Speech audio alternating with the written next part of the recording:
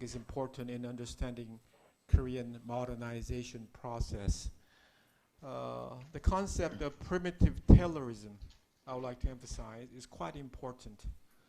That is, as you may know, the Taylorism is a very efficient way of organizing labor.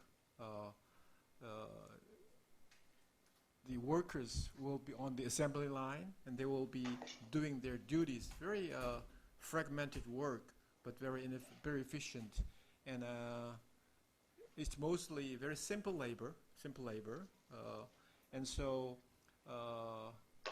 workers without skill can actually work, right? So what is important is actually abundant labor, cheap labor. And that's what we had in the 1960s. That is, we had massive out-migration from rural community. So with especially the young females, maybe teenagers, 12, 13, 14, very young females migrated from the rural society to the cities and looking for jobs. And what they did was actually they were paid very low, but they could work in factories, often for the foreign market, the U.S. market, very cheap goods, garments. So we still have this industrial district in Masan area, which is southeastern part of Korea. I think Yeongdeungpo, now it has changed a lot, Yeongdeungpo area, which is maybe southwestern part of Korea, was famous for industrial district where there were hundreds, even thousands of factories. Many garment shops around Dongdaemun, which actually you can visit quite easily. Still, there is some still shops, sweatshops left in those areas. And also electric industry in Gumi, which is Gyeongsangbuk-do area. So during this era, that is during the 1960s, this very cheap labor, especially of females, were a very important part of Korean economic growth. And so we hear this very sometimes sad, emotional story of how these young females work so hard and then save money and send the money back to their parents, and their parents buy the land sometimes, or actually reinvest the money to the eldest son's education. So it's like, in many respects, I think the role of the young females of this era cannot be overemphasized. I think from a sociological perspective, the role of the government was very important. What do you think? What the EPB of this era is very important. Do you know what EPB represents? EPB. It stands for Economic Planning Board, and it was kind of like a central organizing committee, if you will, run by well-learned economists, social scientists, and it kind of like planned the whole economy, and it actually was behind this planning programs. That is, we had this series of 5-year economic development plan. Maybe I think similar thing could be found in Soviet or in even China, I think, right? So this strong role by the government, which actually had certain goals, economic goals, even the targets for export, targets for income and so on, and this experts in the Economic Planning Board, EPB, has carefully monitored the whole economy and provided incentives, and sometimes actually punished if some companies do not follow the government plan. So, and then the government actually was investing a lot in infrastructures, the roads, railroads, and so on, the shipping, harbors, and so on, which was very important for the private companies to actually grow, especially looking at targeting the foreign market. So I think it's very important to look at, especially in the early stages of development and industrialization, the government was very central, at the center of the whole process. Well, I think that's a very important fact, and that was a very important factor in deciding the relationship between the government and the business.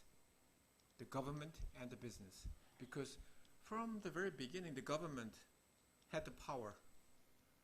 If you remember, especially after the Korean War, the food aid or the aid program, the U.S., as I mentioned the other day, cotton, sugar, wheat, the three white industries were very important, and the government was actually distributing this resource, a very scarce and very important resource, to a few selected businesses.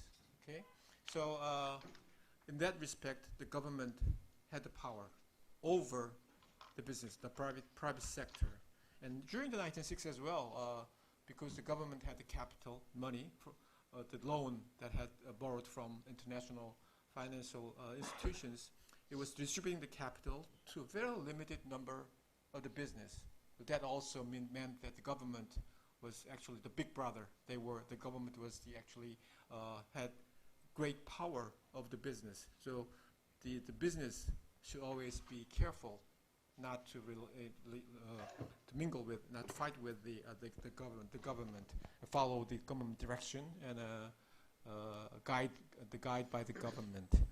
So I think that kind of from this era compared to the many Western liberal economies, the government had acquired the power of the private sector, which still I think is some legacy. There's still legacy in Korean society, even though I would say since mid-1980s, the business, the chaebol, the business had kind of beginning to regain, if you gain the power vis-a-vis the government.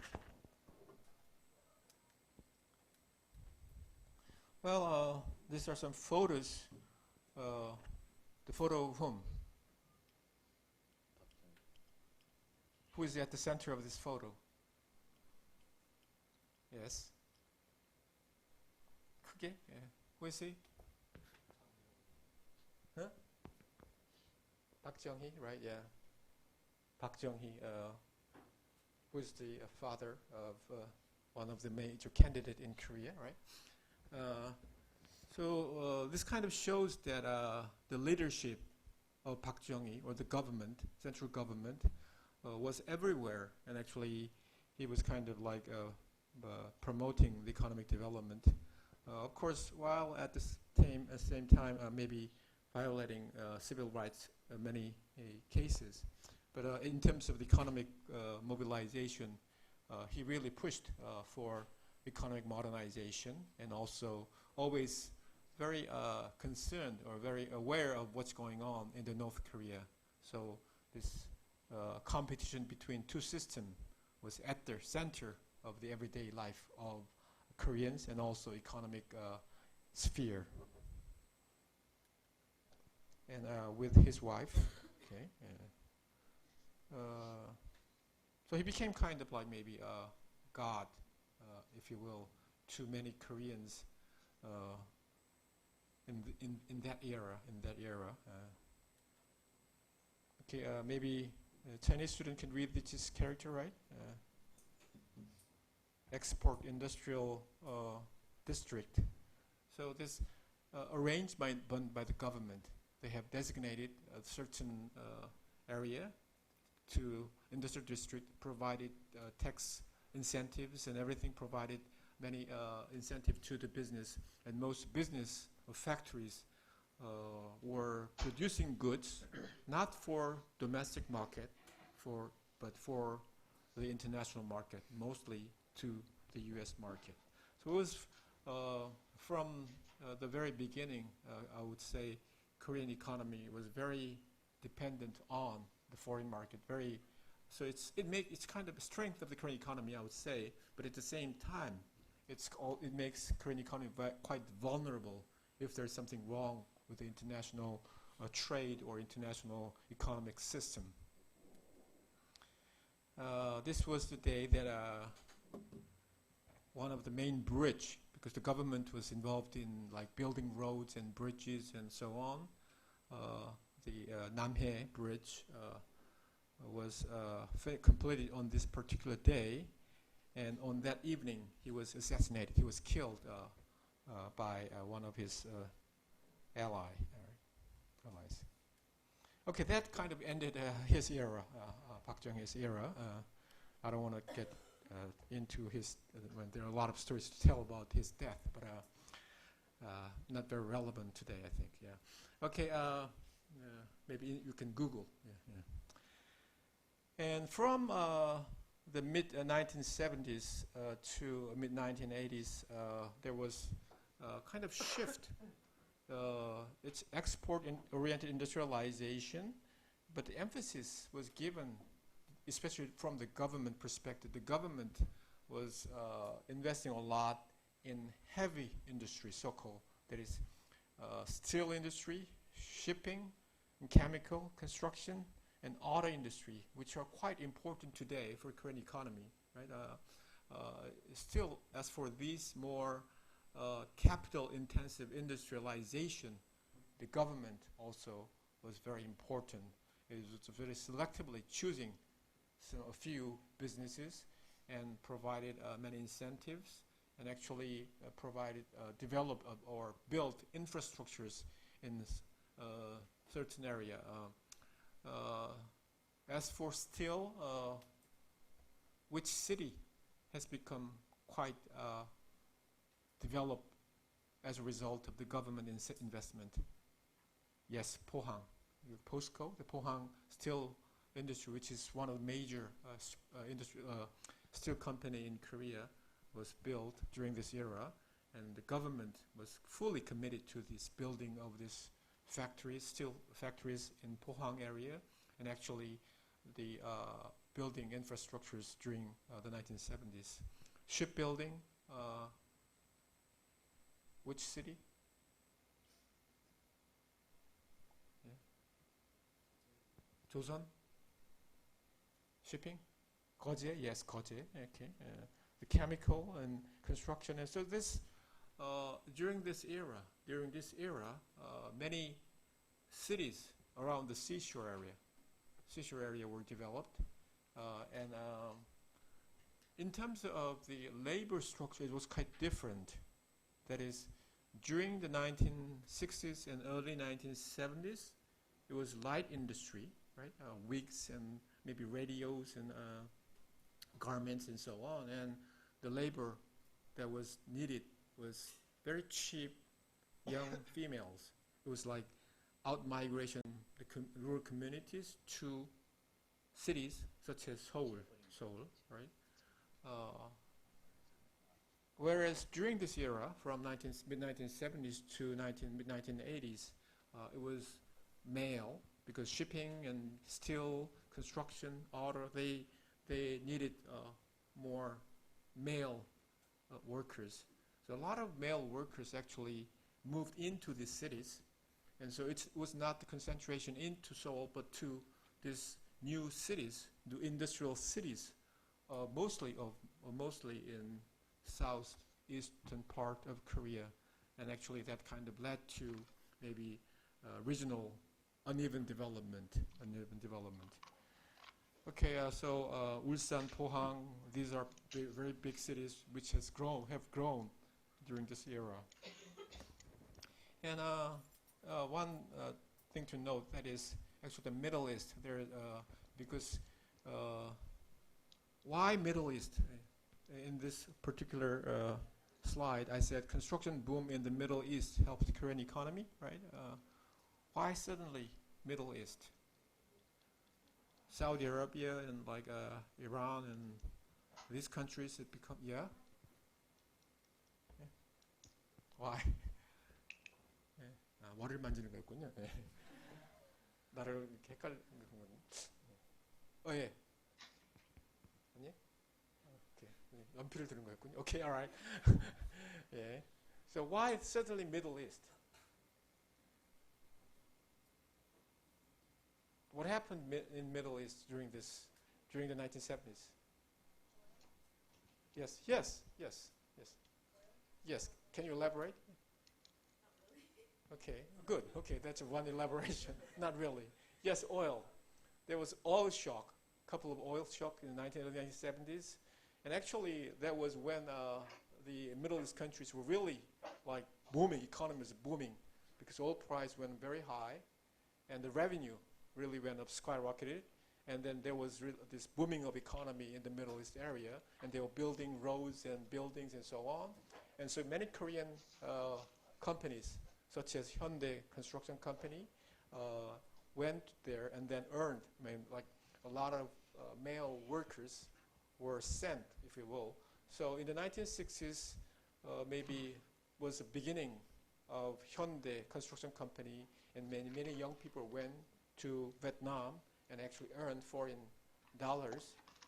Again, in the mid-1970s, many maybe young and middle-aged male went to Middle East, worked very hard, long hours, under very hot weather and on very inhumane weather conditions. But they worked very hard, long hours, and then there was like growth of many construction companies. They began maybe kind of major construction companies internationally, and that was very important for the history of the construction companies in Korea, as well as it was important for foreign dollar, earning US dollar in this, because the many Middle East countries has its abundant US dollar. They were really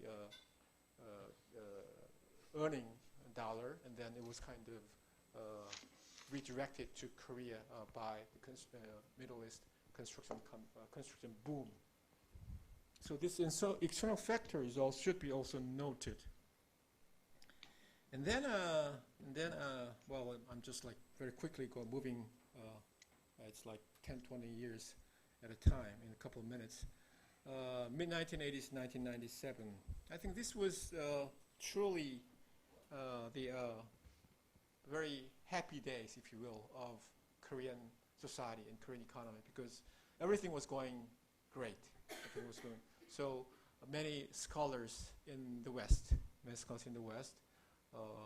this was with the period when I was doing my graduate study in the U.S., and from mid-1980s to early 1990s, I was in the U.S. for my PhD, and there were like I was in the field of development studies, development sociology, and a lot of scholars, not a lot of Western scholars, are talking about four dragons, such as like Korea, Taiwan, and Singapore, and Hong Kong. I think like four, because these economies were really growing rapidly, and many or tigers of Asia, and so many scholars in the field of development studies or development economics or development sociology were really interested in this new phenomenon. How come these Asian countries were really growing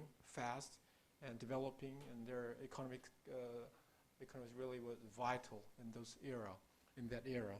So it was not only within Korea that economy was booming, but also the foreign scholars were really booming as well. Of course, that meant, from a social perspective, there was growing middle class, because during the 1980s, the wage increase was very high, and so we can say like there was white-collar middle class, as well as blue-collar middle class, work in the factories like shipping industries, automobile industries. Their wage increase, annual increase, was very high. So that meant that this new middle class had the purchasing power. They had the money to spend, right? The domestic market began to grow. So that meant that they had the money. So what do they do with the money? They would spend, right? They would buy things, such as housing. So that was when many apartments were really built, and then people were moving into new apartments. They were buying cars, right?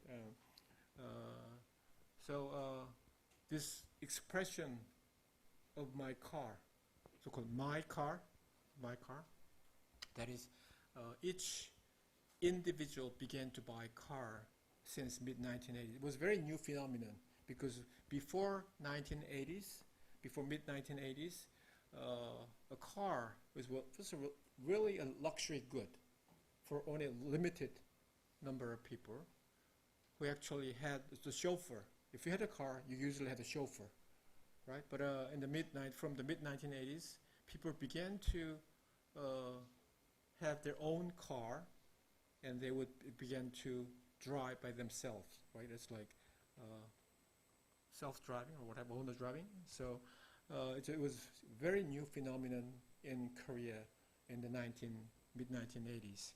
And as people began to move into a new apartment, they would need some furnitures, right? Furnitures and home appliances, refrigerators and washing machines, and so this kind of so-called forced consumption began to become important lifestyle in Korea since mid-1980s. So people were happy, until when? Until 1997, when they had this financial crisis. There was like a very unexpected financial crisis from Koreans' perspective, and people began to lose jobs, and companies and banks bankrupted and so on. So everything changed in 1997. But until 1997, from 1985 to mid-1980s, 1997, everything was going, great. And I think many people that thought that they had finally made it, and also thought that they had a very bright future, and also they would think that their children would have much better life because everything was going great. Okay. Anyway, during this era, very important change began to take place, even though most people do not really understood. That is, there was this financial liberalization. I think this was very important event or history in understanding the booms and bust of Korean economy, if you will. That is, as I mentioned earlier, before 1980s, I would say the government was fully controlling the whole economy, especially the capital, the money. So financial market was very restricted and controlled by the government. But because of this liberalization, because of the opening up of the economy, as the whole economy was beginning to really get bigger, there was this gradual but very meaningful liberalization of financial market. So what happened was that many Korean companies began to borrow, not from the government or the bank, domestic bank that was monitored by the Korean government, but they began to borrow from many private banks in the international market. So there was like borrowing of the money by many Korean companies, and they were actually investing this money in many Southeast Asian countries. So real estate investment was very high, and so on, which actually was a very important factor for the 1997 financial crisis. Okay, and then that meant that there was some change of the relationship between the government and the business. The business began to chaebol, for example, this Hyundai, Samsung, and this big chaebol said, well, we want to be free. Let us do our business as we want. We don't need your guide or control or monitoring. So that kind of changed the whole relationship between the government and the business. And I think this continues today. And I think nowadays, while there is some government control, but I think mostly the power of chaebol both economically and also socially, is so great. A very powerful organization which actually controls whole maybe job market and maybe culture and so on. And so this is the era when there are a few number of Daewoo, for example, Daewoo, Samsung, Hyundai, these companies began to globalize. They began to build their offices and factories in other countries and became financial important very actor in the financial market. Well, a few photos. Hyundai car in Ulsan. One of the this Hyundai and Kia have become very competitive in really competitive global automobile market. As of 2011, it said that the employees are 80,000. Like it's a lot of people. Like 80,000 people are working for Hyundai Motor Company. Net income of 4.7 billion. It's a big company, right? So 80,000 multiplied by maybe 3, like it's like 240,000 people depend on this one big company. It's only motor company, but Hyundai, we know that Hyundai has other areas of business, such as construction and what else, like everything, right? So it's like the power of Chaebol is really quite significant. The impact of the business is really big.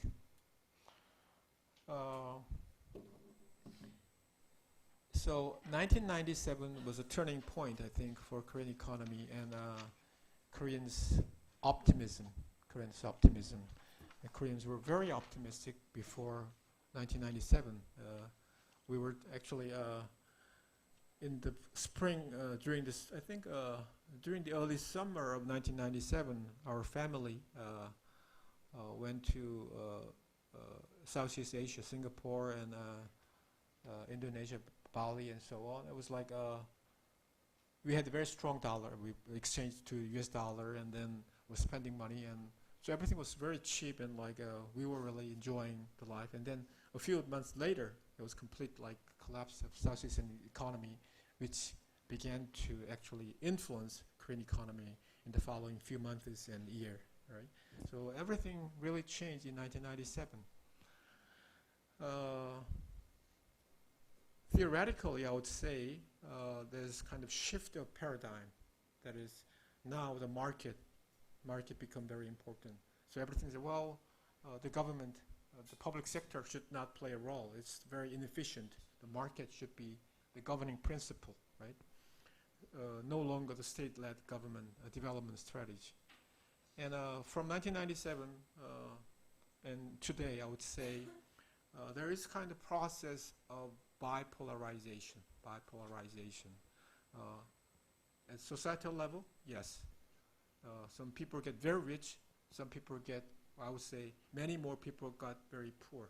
It's like there are many data showing that there has been a bipolarization, and the income gap of the rich and the poor have become bigger, and so on. And not only at social level, but also even among companies. Many experts are concerned that only like a few number of chaebols, even among like 100 chaebol companies, a few big chaebols are doing so well, right? Samsung Electronics, Samsung, Hyundai, they're doing great. But small chaebols, they're not, they're actually having a financial deficit. So this Samsung, Hyundai versus other chaebols, and also chaebol versus SME. What does SME represent? SME? Yes. She says small, yes.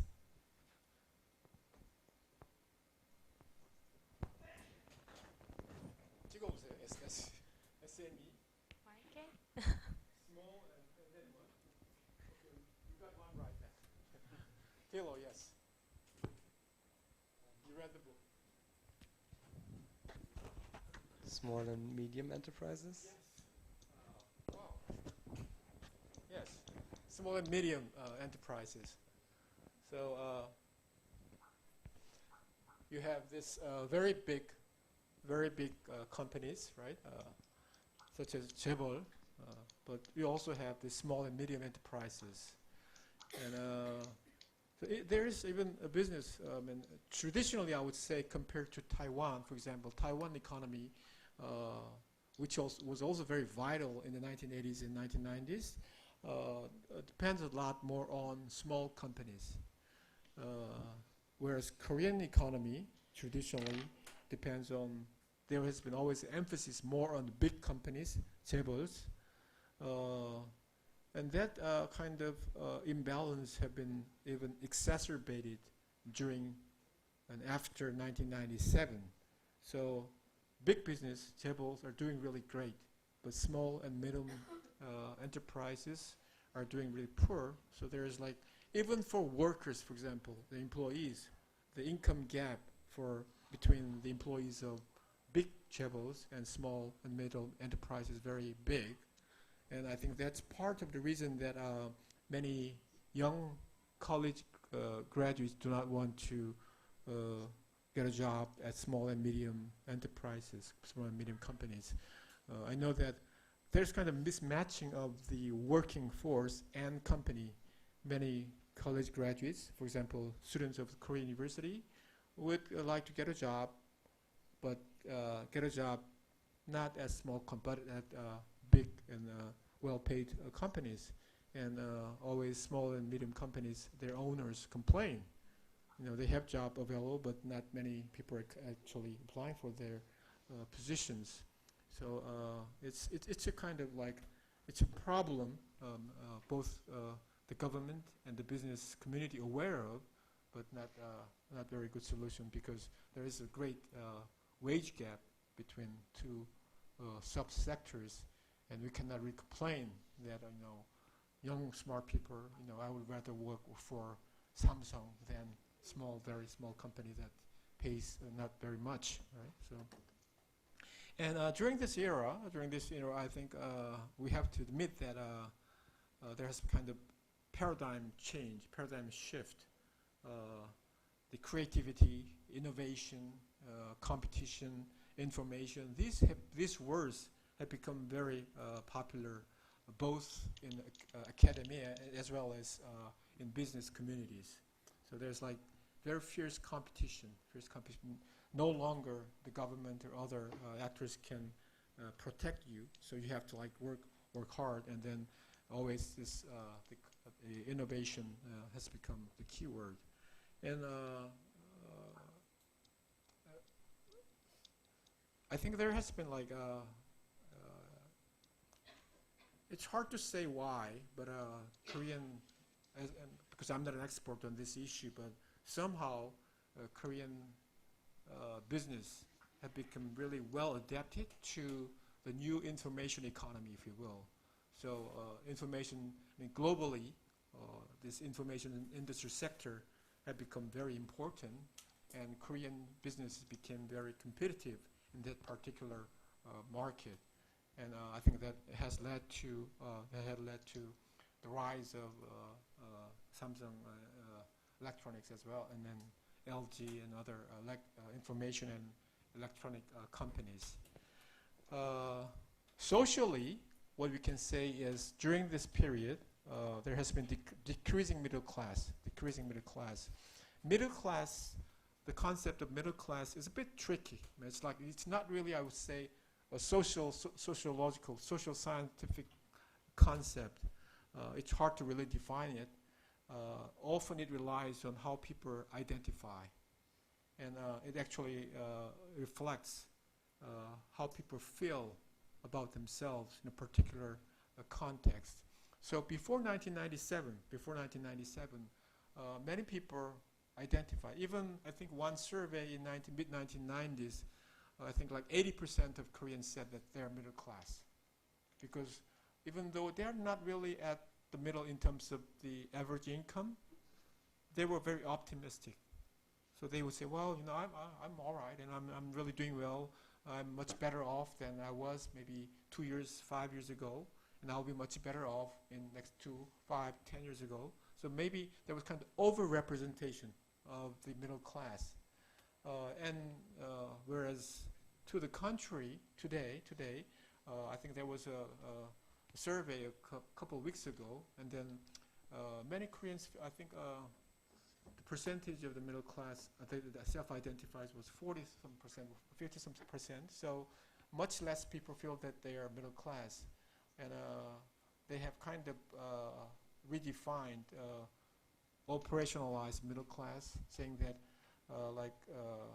they would pick this mid-income in terms of total wage level, and then 50% from 50 to 150% of the particular income is regarded as middle class.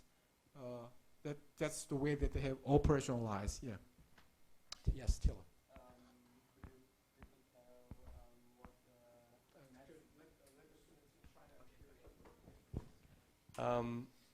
I'm just interested in how high the maximum of income tax in Korea is.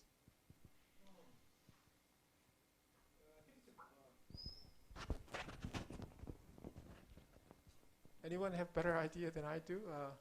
Maximum income tax. You don't pay tax, right?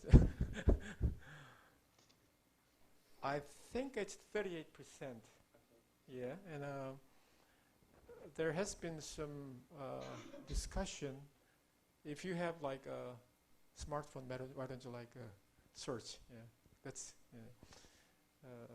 because and then I think 38% is the highest tax, and then there has been a lot of discussion about how much should they apply this tax rate. And currently it's about like 10억 won, very high, so which means that only a limited number of people pay the highest tax bracket. So they were talking about like the opposite party were suggesting that they should lower to like 2억, which is 200. 2억이면 얼마죠? How much is 2억? 2억 won, 2 million, 200 million. Yeah, 200 million won. I think, but I think you should double check with the internet or something else. But to the best of my knowledge, I think it's about 38%, which some people argue that is too low, especially compared to many European countries. I know Australia is about like 38, 40%, and I don't know what it's like in Germany. 42, yeah. So European countries had there's kind of more. They have the tendency to have higher tax rate than other, maybe the U.S. or other countries. Yeah. You said that nowadays people identify less with middle class, but what? How do they identify themselves then? As upper class or as lower class? But lower class. Oh. Maybe I wasn't clear enough, but for example, I think I have just listened to the radio, so I'm not sure about the exact number, but some social scientists try to operationalize, have concrete number to measure who are middle class. And one way of doing it is that you have this number, whole population, the wage workers, and then they would pick the middle. Let's say that it's 2 million won, okay? What they did was from 50% of 2 million won, which is 1 million won, and 150%, which is 300 million won, okay? 150, 150%면 그렇게 되나요? So they would actually have the range. Those who earn 1 million to 3 million is regarded as middle class. That's not like, that's kind of operationalizing. It's not, there's no really scientific evidence, but they would kind of say that, well, let's say that these are the middle class in terms of the actual income, okay? So what they would do is they would actually compare those people who are in this bracket of 1 million won to 3 million won with the people who subjectively identify themselves as middle class. And what they found is a lot of people who belong to this mid bracket actually have downvalued themselves. They would say, some maybe 20-30% of those people who belong to this middle range, they said, well, because they would ask, what class do you belong? And many of these people in this middle bracket, in terms of the objective income, would say that, well, I'm poor, I belong to lower class. So the percentage of the lower class was much higher.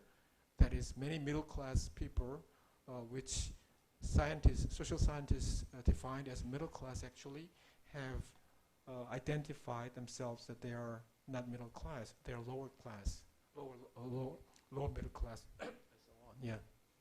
Okay. Okay. I think that's actually very important socially. I think that is the 1997, the financial crisis and economic difficulties which followed, made people very pessimistic or less optimistic.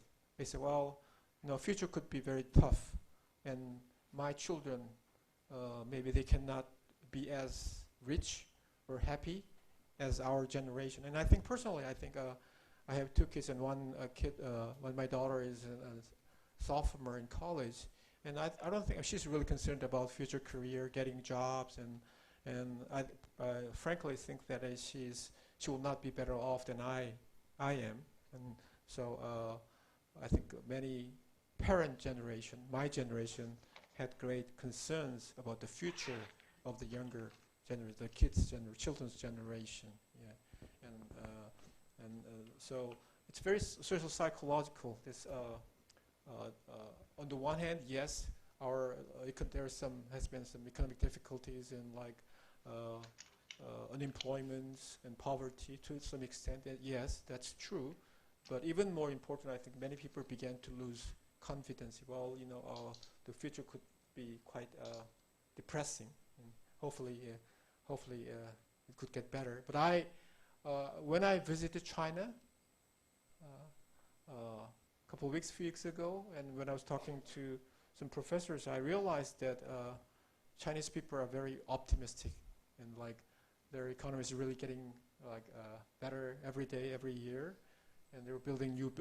I went to Nanjing as well, and they had new campus, new buildings, and professors were very happy that they have a very high raise and income, and it's getting better, and so on. So kind of shows that China is in the middle of this rapid economic development stage, if you will.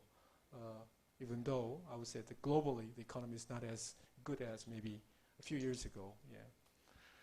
Okay. So inequality of income and wealth is a problem. Yeah, you know what this is. So currently, actually my brother-in-law, actually that's my sister's husband, right? Is working for Samsung, and he's very happy. He's very happy, and he's a lot of incentives and bonuses, and he's very optimistic about his future. Yes. The business is doing great. Yeah.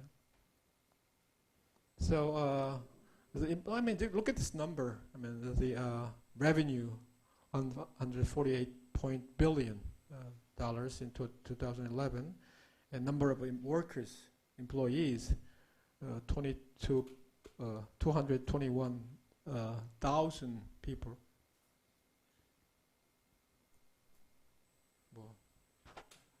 끊어졌다고? 네, 오케이. 네.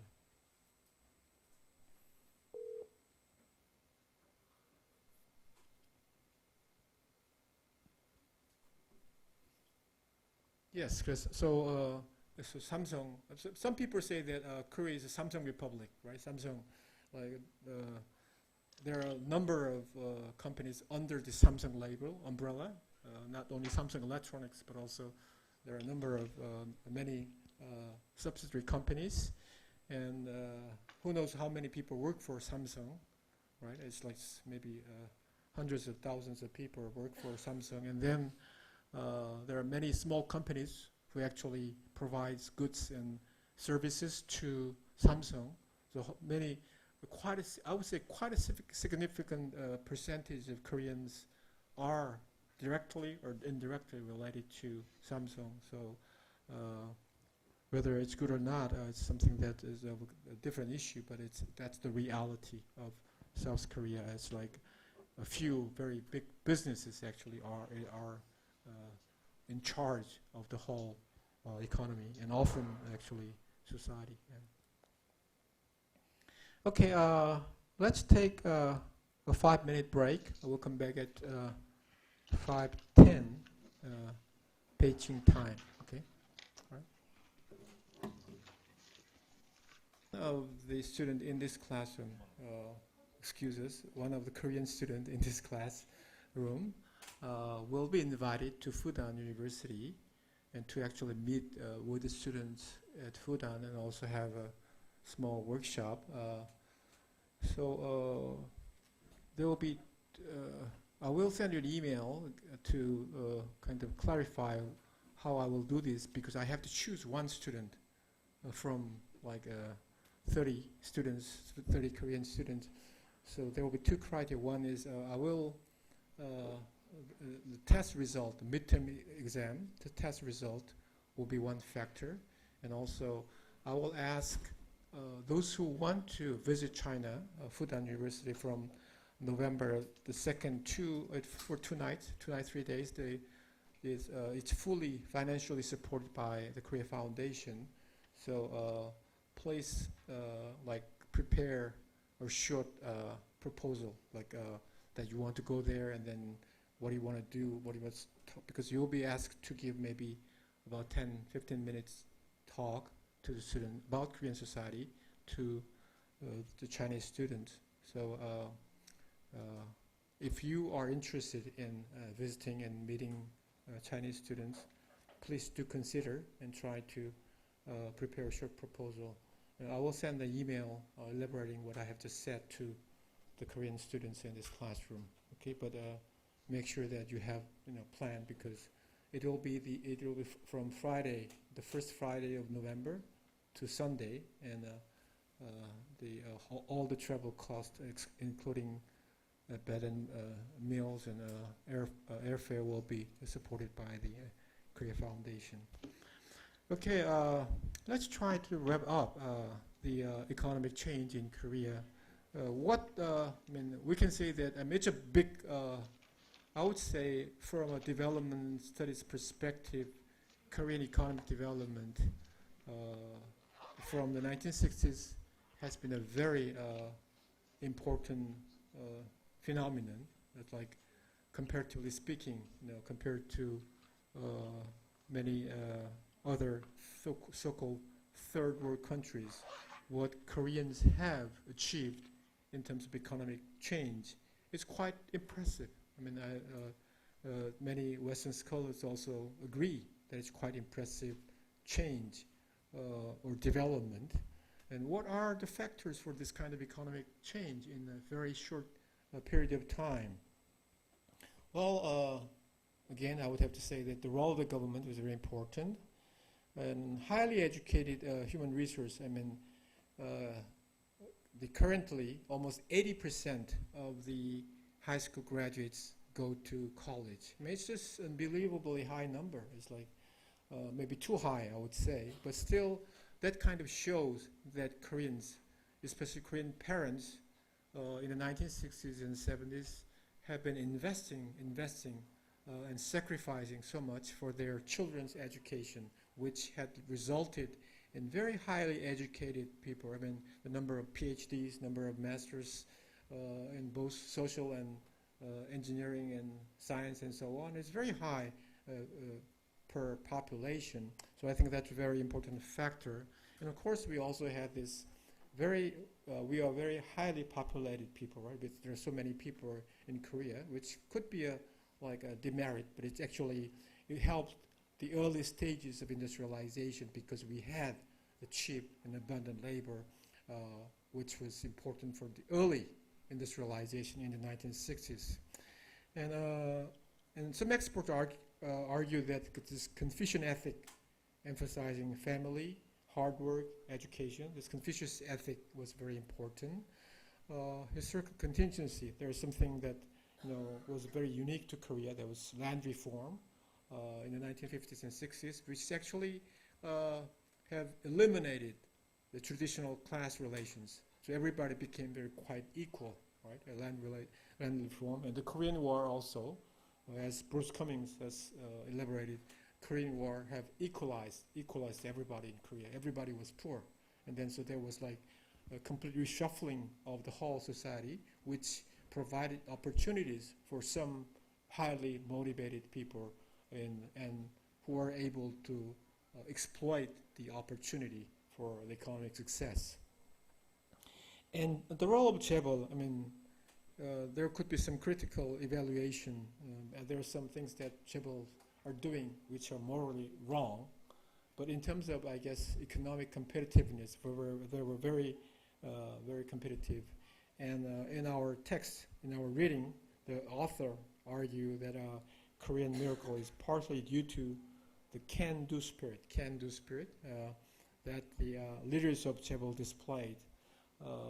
So maybe if you look at this, I mean, the governance system of the business, the chaebol, decision-making process of chaebol, you will see it's very undemocratic, if you will. It's very centralized. Maybe, but at the same time, it could be very efficient in terms of like decision-making. It could be done by the one like owner and CEO and so on. So in terms of efficiency, it could be good. In terms of democracy, there's a lot of problem, and there's not much social control of the business. But maybe that actually has helped the competitiveness of the few businesses in the international market, international business world. And during the past maybe 10, 20 years, there has been a lot of research centers that have been very working very hard. Research centers run by the big businesses. So many highly educated PhDs in science and engineering have been hired. Maybe it's like a monopoly by a few research centers. Think tank, they have been hiring new PhD. They were just, because even when I was in the US for my PhD, I mean, they were not looking for social scientists. They were looking for engineers and like other natural sciences. But the staffs of chaebol, big companies, will just visit the campuses of the US, and they would try to hire as many PhDs or well-educated, promising young brains, which actually have, I think, contributed a lot for the later competitiveness of these big companies. Well, these were, the above mentioned were the internal factors. And as for, there's some other external factors as well. I briefly mentioned the other day, but the Cold War, the competition between the two regimes in the 1970s especially. And still I think there is some, people are aware of what's going on in the North. And the role of the US in different timing, they play different roles. In the 1950s and 60s, military umbrella, the food aid and other aid program from the US, it served as market and financial assistance and so on. So looking from a purely economic perspective, the US was quite important for economic competitiveness of Korea. From a social and cultural perspective, there are a lot of problems, I think. I think Korea has been too much influenced by this American culture, and it was quite sometimes quite humiliating to just be so well adjusted to this US culture in terms of education, clothing, and food, and so on. But from economic perspective, the US played a very important role. And of course, as we mentioned, the Vietnam War, Middle East, these are two important events that has helped Korean economy. Restructuring of international division of labor. It's a complicated theoretical issue, but let me just quickly say that some industries were moving to other less developed countries for example, steel industry, right? The steel industry, it's not completely internal factor, internal domestic actor, which led to this rise of steel industry in Korea. That is, as for steel industry, it was very important when it became major industry in Great Britain, because Great Britain was the leader of the whole economy, but this same industry began to kind of be transferred or relocated to certain areas. So the steel industry, the location has moved to the U.S., for example. Pittsburgh became, the U.S. Steel became the location for steel industry. But steel industry kind of like lost its significance in terms of industrial innovation. And then it kind of moved to Japan, relocated to Japan. And then it kind of relocated to Korea. It kind of relocated to India, China. So it's like, there is kind of like cycle of industries. That's the argument in the School of International Division of Labor. They argue that it's not purely the actors in one country, but if you have to look at the life cycle of a particular industry, and steel industry has been kind of always relocating to other countries as it began to lose its early value addedness, if you will. Another example is maybe shoes industry, for example. It was important in the early days garment industry. Garment industry, it was important in Great Britain, and then moved to the U.S., and then to Korea, Singapore, and then maybe third world country where the labor cost is much cheaper. But there is kind of relocation and life cycle of a particular industry, and that was what happened. The scholars of this school argue that this is not purely domestic condition, but also international restructuring, which actually provided opportunity to Korean businesses. And the rise of China as an important market, and we have to look at the facts, and then we know that not in terms of the trade, U.S. is not anymore number one, but China has become the number one in terms of trade partner.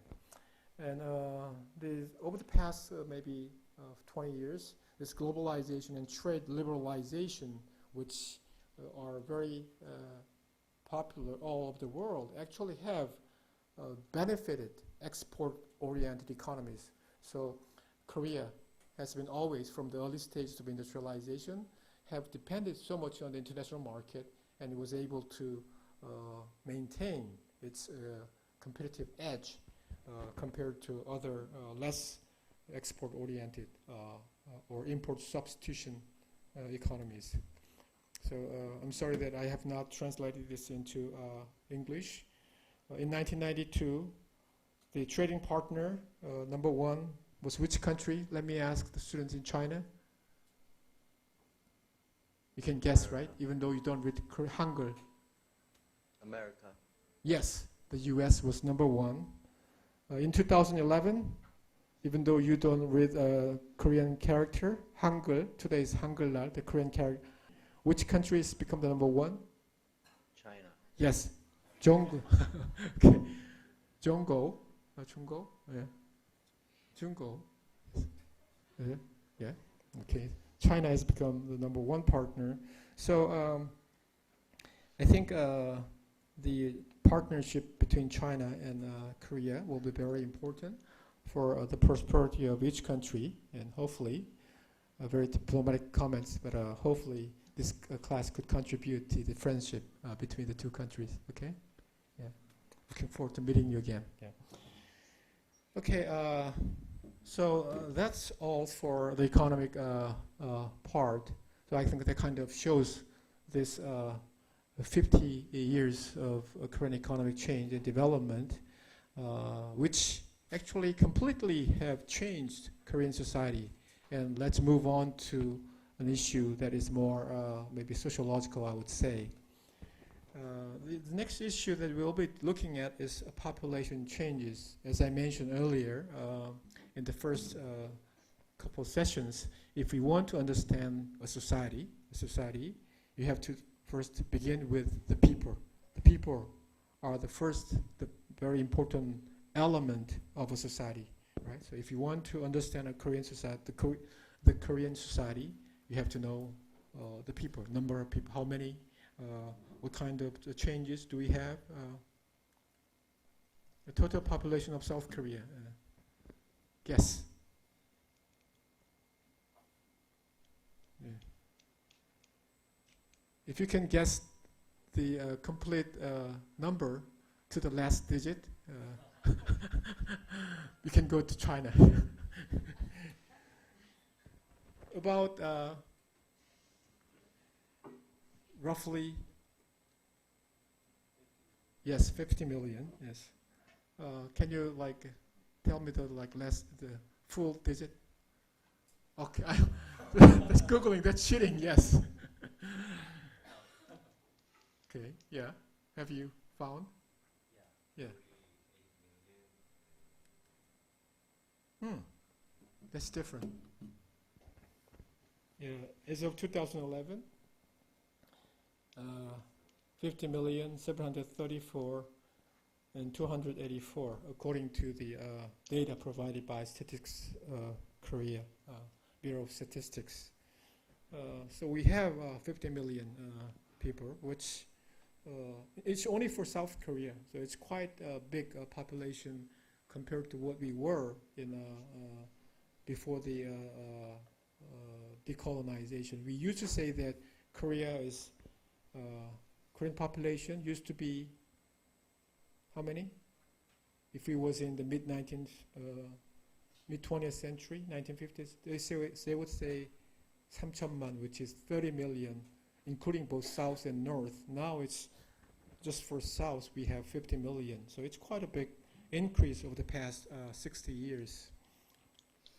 Well, I don't know. I don't have the number, but just because I know that these are the composition of this class, the nationalities: Australia, Canada, China. How many do you have in China, including yourselves? China? What's the population size of China? I mean, nobody knows. That's the right answer, right? About 1.5 billion. 1.5 billion. Okay. Because according to the data that I have searched this morning, it was 1.34 billion. 1.34 billion. But during the past 4 hours, I think we had another increase of yes. Right?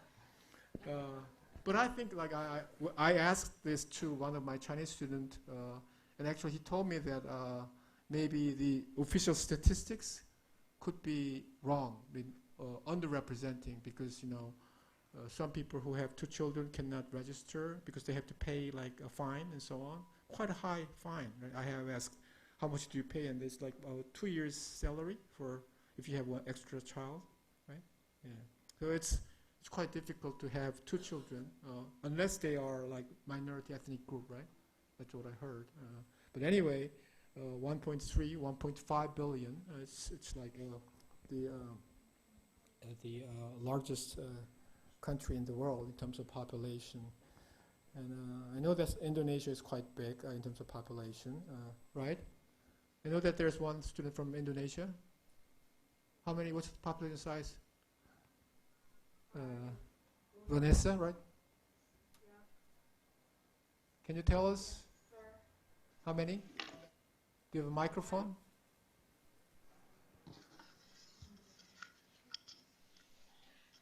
Hello.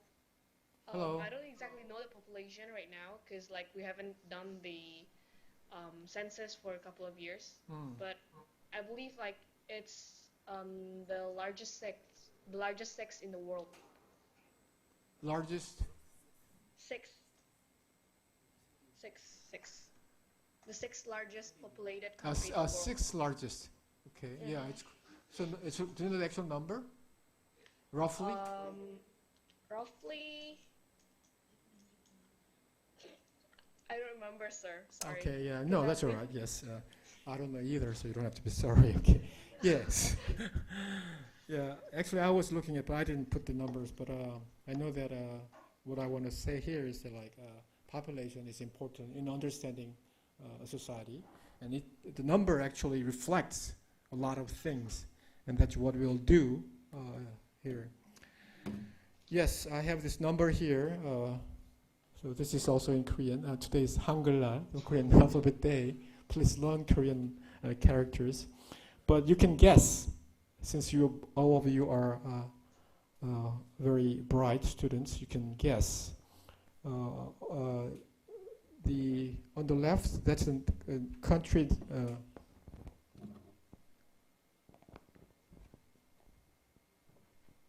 이거 하면 안 보이는 거죠? 그럼 어떻게 되나? 펜을 써야 돼요? 펜은 없고요. Okay. So please look at the PPT, the screen, and you'll see that in the middle, 1.3 billion. That's China, right? You can guess. You can easily guess the largest in the world. And it is expected to be 1.3 billion in 2015, I guess, but it's kind of underestimation. And then number 2, of course, is India. And the US, let's see if they have Indonesia. Yes, Indonesia here, yes. 1, 2, 3, 4, 5, 6 from the bottom, Vanessa, from the bottom. That's 234 million. 2억 3천이죠. 234 million. 4위, number 4 in the world. Oh, yes. A very big country. Yeah. And Japan, Canada, Australia, blah, blah, blah. So, comparatively speaking, among the many OECD countries, South Korea is not as big, but in terms of the economy, it's quite powerful country. Well, let me just go over the key features of Korean population. Koreans and Korean government are very concerned about the future of population as well. Especially because we think that young people are very important, and we know that our population growth has been stagnant, and also that has a lot to do with this very low fertility. Okay, the first feature of Korean population change is decrease in population growth rate, and potentially decline of total population. This was never expected phenomenon actually, because always we Koreans in the 60s and 70s and 80s were concerned that we have too many people, right? The population size is too big. We have too many people, so let's try to control the number. It's so populated country, Seoul especially, Gyeonggi, this area is so populated. All the efforts were given in order to lower the fertility rate, or actually control the population, which was quite successful. The population growth rate in 1970 was 1.99%, 2005 0.44%, 2010 0.3%, which is among the lowest in the world. And then it is expected that by 2030, the population growth rate actually could be minus, which means that actually the population size itself can decrease. So that from politically, it's quite a problem, and also economically, especially along with this aging structure, it's a big problem. This is a kind of very It's another way of looking at the number. So you see that it's this sharp and continuous decline of the growth rate. It doesn't mean that the population is actually declining, right? The size still growing, but growth rate has been declining, and then it could become minus by 2030. Yes, some actual numbers with some original the original classification. You see this Seoul is of course the capital of Korea, and everything has been concentrated into Seoul. It's been growing, especially 1960s and 70s. We had this massive migration to Seoul from rural communities. So it has been growing until 1990 actually. So actually since 1990, the population of Seoul has been very gradually declining. Yeah, I think it's good. Because I think there's too much concentration of population, too much concentration of everything, education and culture and media and everything, the business, jobs, and so on. But that doesn't mean that, so that's why the experts and the government have been concerned. They've been trying to kind of redistribute the population and resource to other parts. And that's why that's one of the major reasons that the Korean government has been very strict about new universities in the city of Seoul.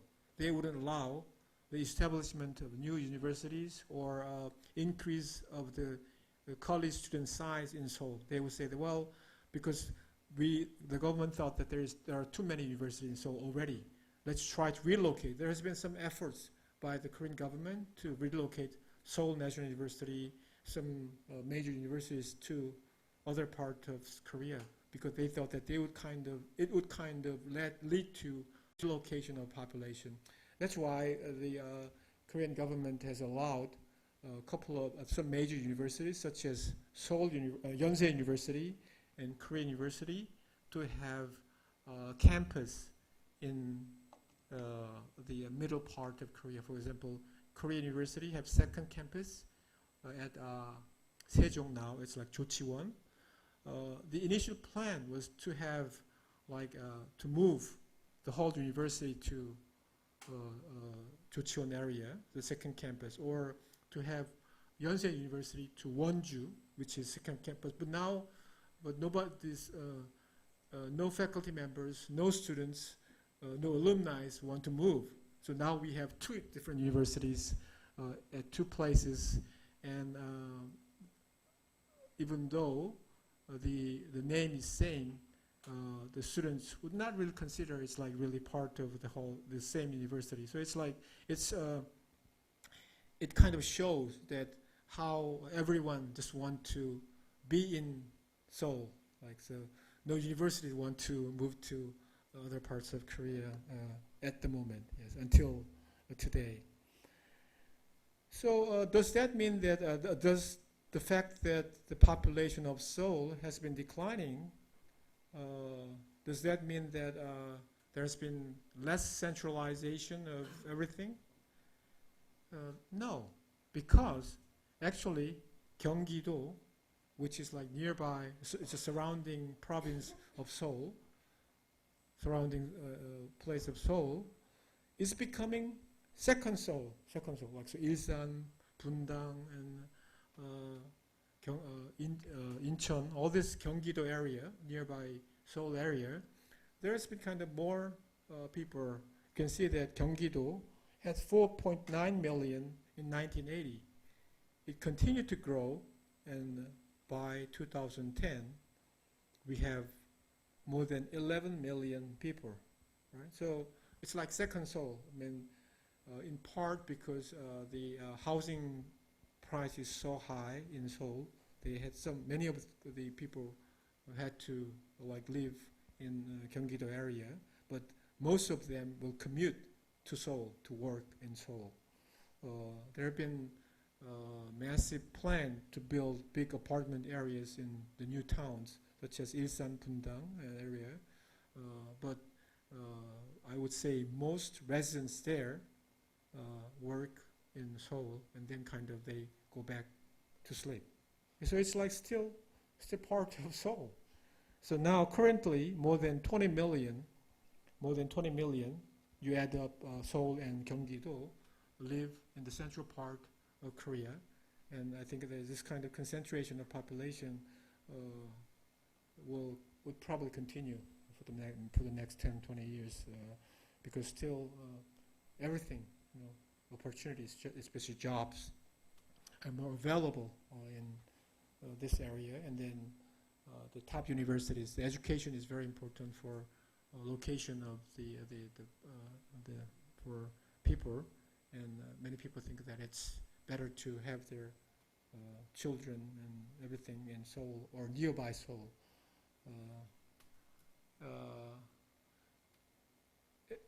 I guess this happened not just in the modern era. In the old Korean saying, they have this proverb saying that if you have a boy, send him to Seoul.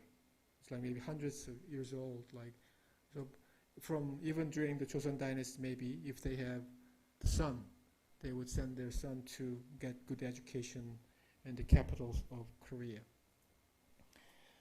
Total population of South Korea, as you can see in the very bottom column, you see that it's about 37 million in 1980. It has been continued to grow. So by 2010, 48, and then by 2011, it's more than 50 million. But you can see the growth rate has been kind of stabilized.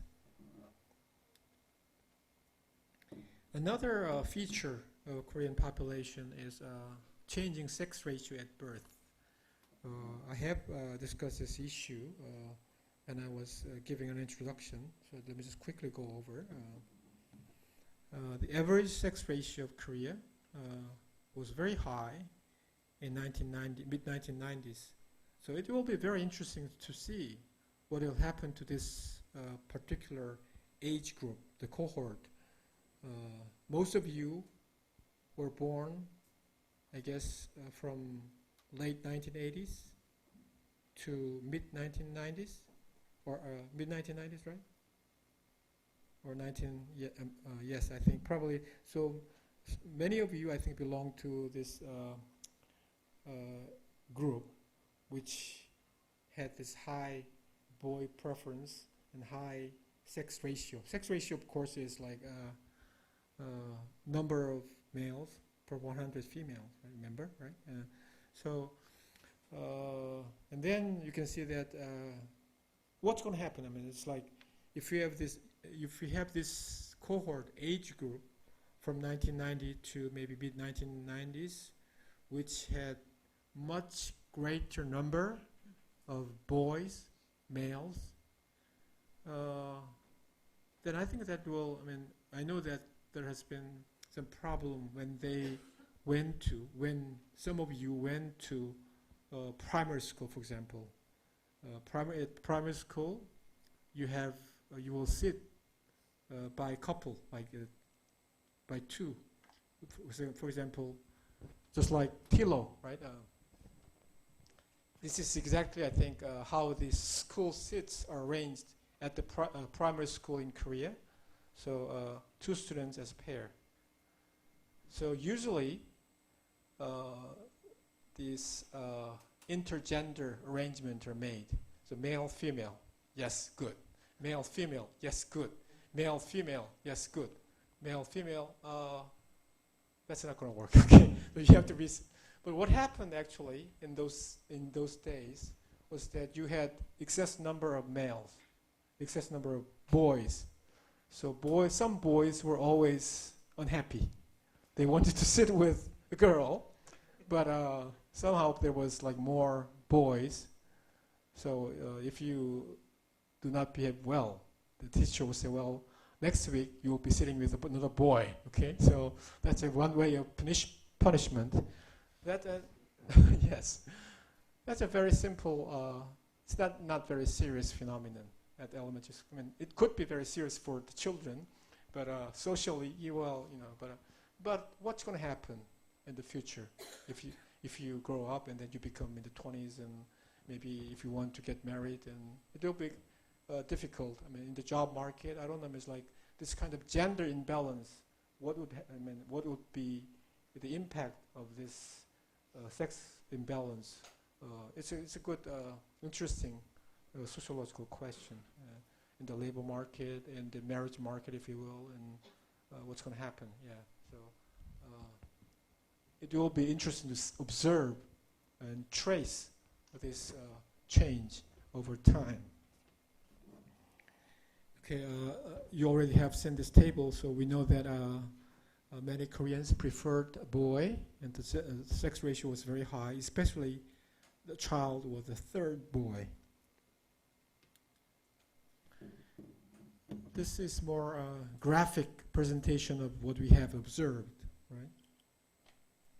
You can see that at the very top, on the very left, 144.2, that's in terms of birth order. If the baby was third baby, you had very high sex ratio. Right? That is, there was this excuse me, abortion of maybe a female fetus. You can guess. You can with some great base. But what happened is that over the years, by 2010, a kind of normalization of the numbers, if you will. So we have sex ratio within 103 to 108, which is kind of normal in a natural state. So nowadays, I would say many Korean couples do not really have gender or boy preference. I mean, probably you know better than I do. Your generation do not really think that it's boy. I would prefer to have a boy. Maybe according to some unscientific survey by media, actually young couples today prefer a girl, daughter. They prefer daughter.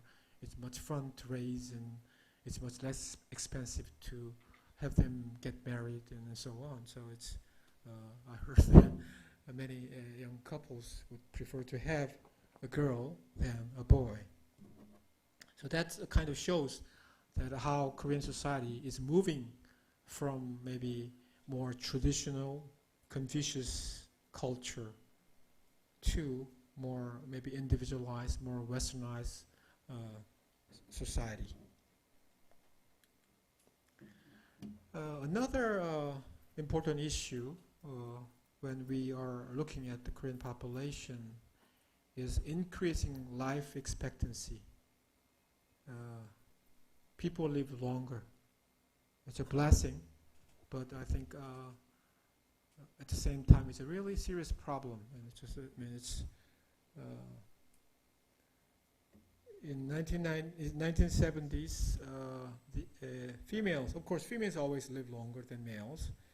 In 1971, the life expectancy was about 66 years.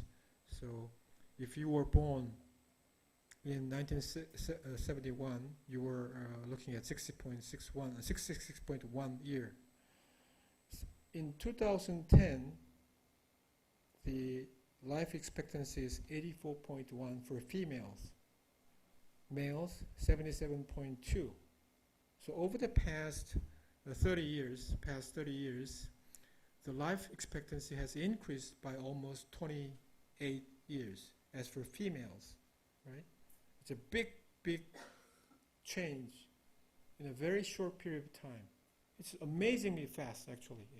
It's quite impressive. Not only Korean economy, but also this life expectancy has increased.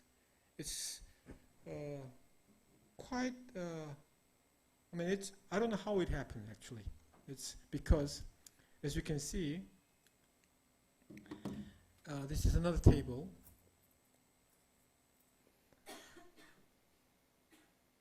you can see that this is actually data in 2006, and I have more updated data in the earlier slide, but just to make a point here, as in 1960, only 50 years ago, the average life expectancy of Koreans was how many years? That's like you can read. You know what Korean flag is, right? It's Korean flag, fourth from the bottom. That's Korean flag. And in 1960, that's white part, white bar, right? White bar. In 1960, Koreans' average life expectancy was about 50, 51, 52. But during the past 46 years, it has increased to 75.7. See actually the blue bar shows the change of the 46 years.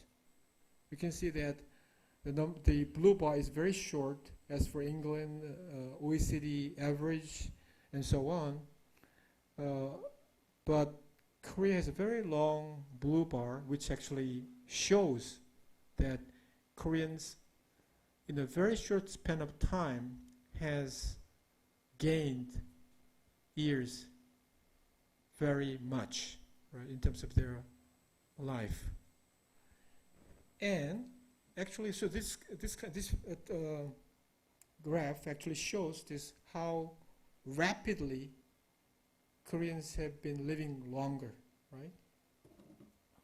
And comparatively speaking, this is also very interesting. I'm sorry to the Chinese student who don't, many students in this classroom who do not read the Korean alphabet. I don't know how I could draw this by myself, so I just have represented what I have acquired through the internet. Very top is Korea, very top. The red color, red bar is female, blue bar is male. Okay? The right side, that's female. The females live very long, longer than males in Korea. Not only that, but also Korean females live much longer than many Western countries actually. Comparatively speaking, Korean males live much shorter than Korean females. I don't know why, but maybe too much stress and I don't know, too much drinking, work, and everything else. But it's amazing. Usually the income, per capita income, has close correlation with life expectancy. But as for Korea, Korean lives much longer than their income level. And so this red bar here, right, that kind of shows how kind of unusually located Korea is in terms of life expectancy. For example, let's see. From the very top, let us just go over. 2000. So on the right side, the red bar. Just let's try to concentrate on the red bar, which is female. At the very top, that's Korea, 80.2, 82.4 years. The second one is Greece, right? There's some gap between Korea. So Korean females live longer. The second is Greece. Third is Netherlands, 81.6. So Koreans live longer than Netherlands, even though Netherlands has much higher income than Korea. Norway, slightly 0.1 years. Norway is higher. New Zealand is the fifth, right? Which is actually lives shorter than Korea. Denmark, I don't know. I don't know why Denmark has much lower life expectancy. Germany. I would say Germany has much higher income than Korea, right? And also maybe much better medical system. Yeah. Social welfare, I think, well developed. But according to this data, which is OECD data, they live shorter than Korean females. Of course, they live much longer than Korean males. It's a completely different story for the males. Korean males live much shorter than many. Can see, let's look at the left side to compare, right? At the very top, that's Korea males, 75.7. Greece, they live much longer. Netherlands live much longer. Norway might live much longer than Korean males. New Zealand. So it's like very different story between the males and the females. And so that's the same story for the whole table, for the whole graph. I don't know, man. It's like it's a mystery to me. I mean, I could guess, I could come up with some hunches and some theory of why Korean females live much longer, while Korean males much shorter. But I have some theory and some hunches, but it's not scientifically proven or supported. Let me, I guess we'll have to go, right? Yeah. Okay. Sorry that you'll have to go and 再见. 再见. Yeah, okay. Bye bye. Okay, let's go. And